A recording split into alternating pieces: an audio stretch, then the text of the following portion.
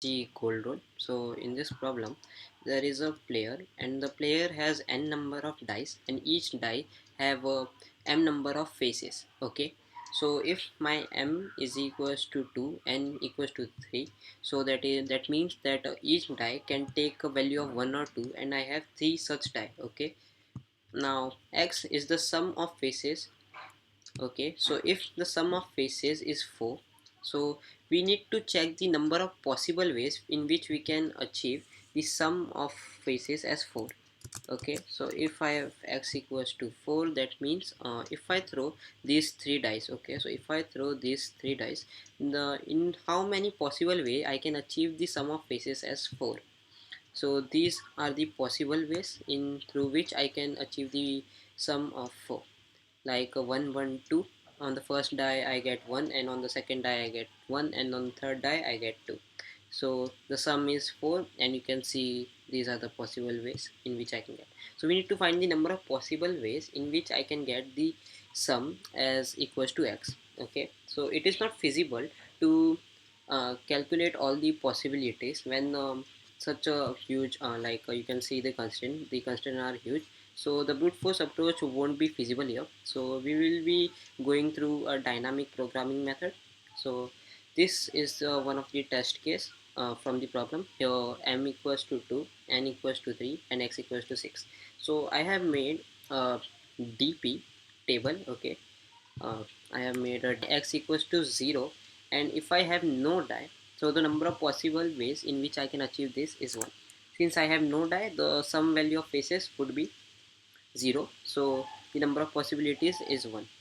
Now if I have one die, and since each of the die can take the value as 1 or 2, since m equals to 2, so I cannot achieve the sum value of 0. So if I throw that die, so the possible ways in which I can achieve x equals to 1 is 1. That means I throw a die and I get 1. So this is the only possible way, since I have one die here. And if I throw that die and I get a 2, so this is the another possible way. Now I have two die. The possible ways in which I can get the sum value of x equals to 2 is only one. That is, when I throw both of the die, their sum value should be equals to 2. So the only possible way is this. Okay, I have x equals to 3, so I have two dice. So when I throw that die, so the possible ways in which I can achieve the x as 3 is either 1 or 2, or 2 or 1. So there are two possible ways.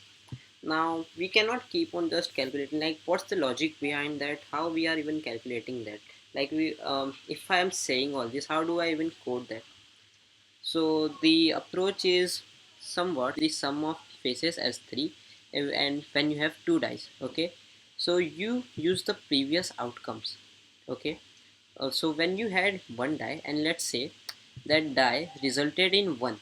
Okay, so that die resulted in 1. So our x equals to 3. Okay, for this x equals to 3, and for x equals to 3, when I throw the first die, so that results in 1. So the possible outcome that the second die should have is basically 2. So if my second die has the possible outcome as 2, then only I can achieve the sum as 3. Okay, so I use the previous outcomes. Okay, so I use this previous outcome, like this one previous outcome, to calculate the number of outcomes for this x equals to 3. So in this way, when I have 3 die, the possible sum in which I can achieve x equals to 3, the possible ways, so is 1.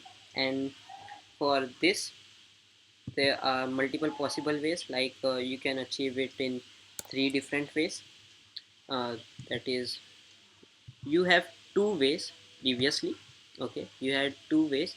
So if you throw two dice, and the remaining die you have is only one die, and that single die can take place value as 1, then only you can achieve the possible sum of 4. So previously you had sum as equals to 3. So here our sum equals to 3, and you have thrown two dice. Okay, so you have already thrown these two dice, and you have only one die left to throw. Okay, so you have only one die left to throw. So when you have only one die left to throw, that die value should be equals to 1. Then only you can achieve this sum as x equals to 4. So in this way we calculate based on the previous result the number of possible ways. So let's look at the code. So what we do is we create a DP table for x plus 1, that is the target sum plus 1, and n plus 1 is the number of die plus 1. So why plus 1? The reason behind, we are considering 0 die or no die, and in x we are considering x equals to 0. So what we do, for each of the die, that is the rows, so for each of the row we try for each of the target. Okay, so for target, so for each of the column we roll the dice, so the dice can take a place of value between 1 to m plus 1, since m plus 1 is not included.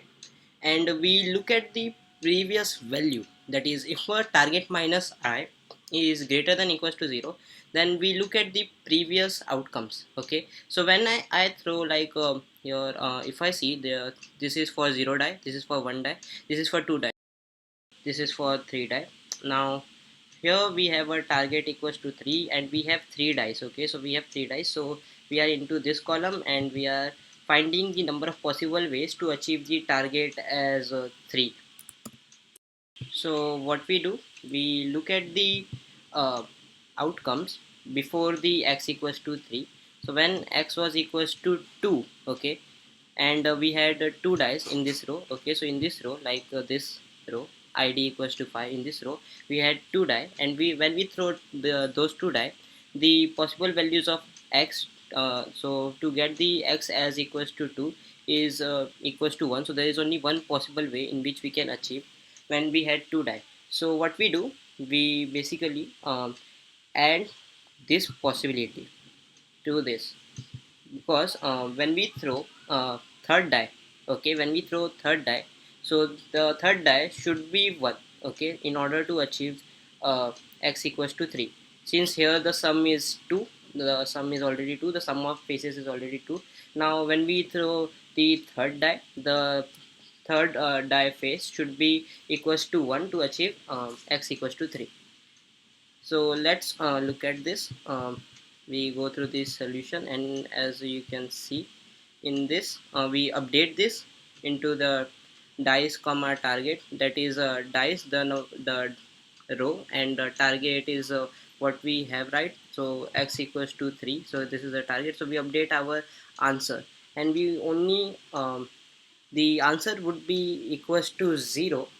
Okay, if this condition is not used. Okay, so if this condition not becomes true, either if the target minus I is greater is less than 0.